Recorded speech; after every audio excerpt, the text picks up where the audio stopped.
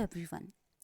Today I have one more amazing story from Shirley Barber's Magical Fairy Collection. And this one is my favorite.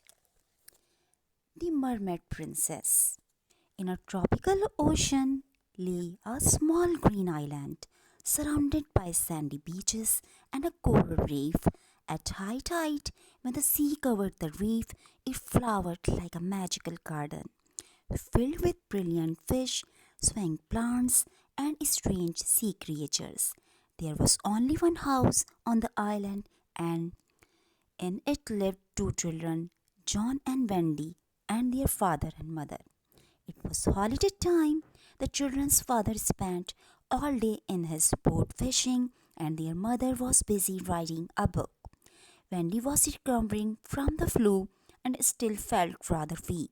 She just lay on a couch, gazing out to sea or down into a big coral pool not far from her window. Nothing seemed to interest her.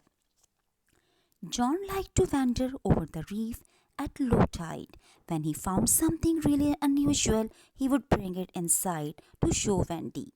What he didn't realize was that he was being watched all the while by somebody very small hidden amongst the coral. It was Sandy, the seashore pixie. Sandy lived in a sandcastle decorated with bits of green and white sea smooth glass. Early each morning, Sandy pushed his little cart along the tide line to see what he had been washed up.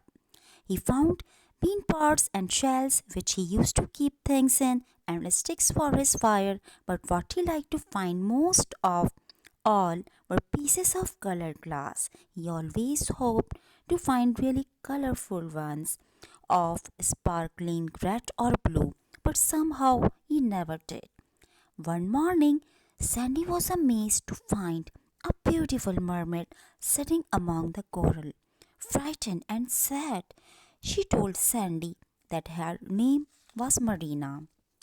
Marina said she had been riding with her friends on their dolphins as long way from the underwater city where they lived.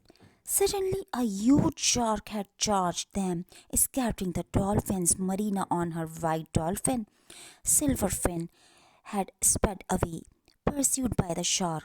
In a terrifying chase, Silverfin had tried to outswim the shark.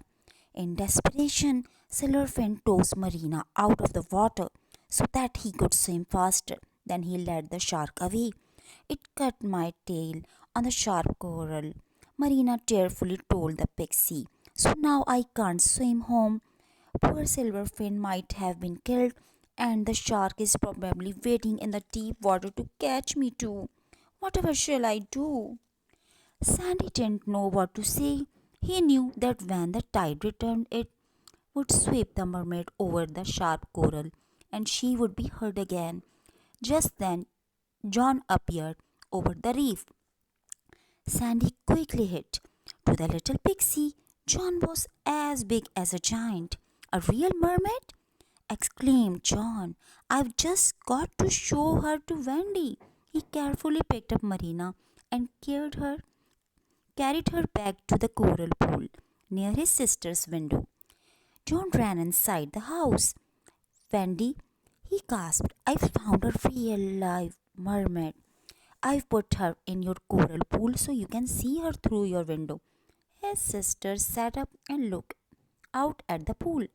Sure enough, there was a mermaid. She was calmly tidying her golden hair. At last, something did interest Wendy.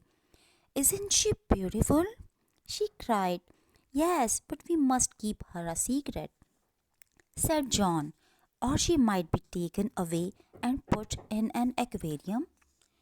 That night, when the moon had risen high in the sky, Wendy awoke with a start. She looked out of the window. Yes, the mermaid was still there, and she was talking to a tiny figure. Wendy got up rather shakily and tiptoed to wake John. Together they slipped out of the house and down to the coral pool. At first, the mermaid and Pixie were too shy to answer John and Wendy's eager questions. Please talk to us, Wendy begged. We only want to help you. So Sandy introduced himself and Marina to the children. Then Marina told them her story. Somehow we must tell Marina's people where she is so that they can come and fetch her, said John. When she said finish, I could go, offered Sandy. I have a boat. I could anchor it at the edge of the reef, Sandy added. Then I could dive down and look for the underwater city. But how will you breathe underwater? John asked.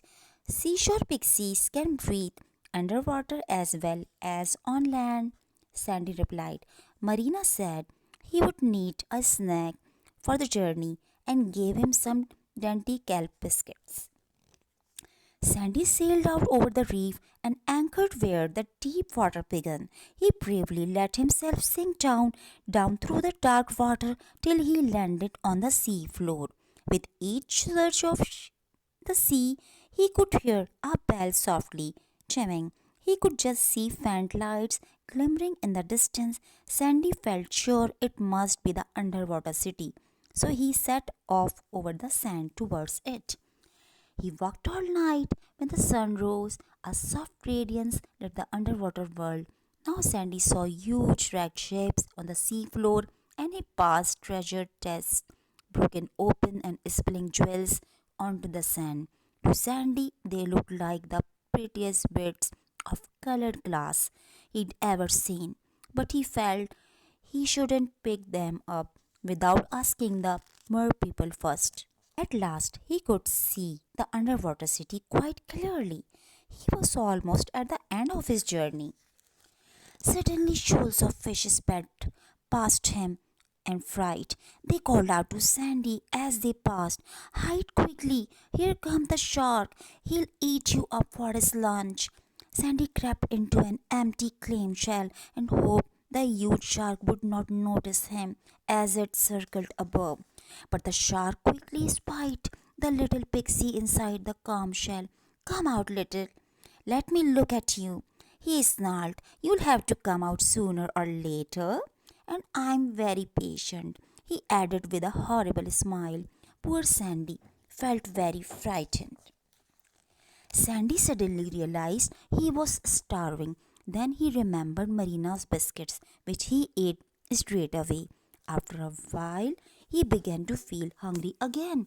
But still, the shark circled above. Suddenly, a gleaming white dolphin came flashing through the water. It was Silverfin, who made straight for the shark. Followed by many other dolphins, the huge shark decided there were too many of for him to fight. So he sped away. Sandy crept out of his clam shell and gratefully climbed onto Silverfin's back. Then Silverfin carried him swiftly to the city of the Mer people. The Mer people gathered around Sandy when he had told his story. They set before him a lovely meal of seafood and coral cakes. Sandy discovered that Marina was a mermaid princess, the youngest daughter of the Mer king. Her brothers and sisters were eager to rescue her, but the king said, we must all go together. The shark will be afraid to attack so many of us. So the Mer people mounted their dolphins and Silverfin led the way, carrying Sandy. They swam the edge of the reef, which rose like a cliff before them. Silverfin carried Sandy up to his little boat and helped him climb in. The tide was not high enough for the dolphins and the mer people to swim safely over the sharp pointed coral. So they waited in the deep water while Sandy carefully steered his little boat between the jagged pieces of coral towards the shore. When the boat touched the sand, the pixie jumped out and ran to the coral pool. Marina was overjoyed. See, he was safe. He told the little mermaid that her family was waiting for her beyond the reef. But how can I reach them? She cried. The coral is so sharp. Just then John and Wendy came running down. They had seen Sandy returning in his boat. When they had heard his news, John said, I'll carry Marina out to where the water is deep enough for her to swim safely. Wendy stood on the beach with Sandy and watched anxiously as John carried Marina out over the coral. At first he was paddling, then wading. At last, when the water was up to John's waist, Marina could see her people. Goodbye, John, she cried. Thank you so much for all your help. Then she slipped from his arms with a splash of her gleaming tail. She was on her way. Marina joyfully greeted her beloved dolphin Silverfin and was soon surrounded by her family and friends. It was a sight that John and Wendy would never forget. Sandy slipped away to hide. The children seemed very big to him, and he was still a little afraid of them. Next morning, when he pushed his cart along the tide line as usual, he found a thank you gift from the mer people. It was a chest full of brightly colored jewels. So now Sandy's castle really sparkles in the sunshine, just as he had always dreamed it would. Thank you.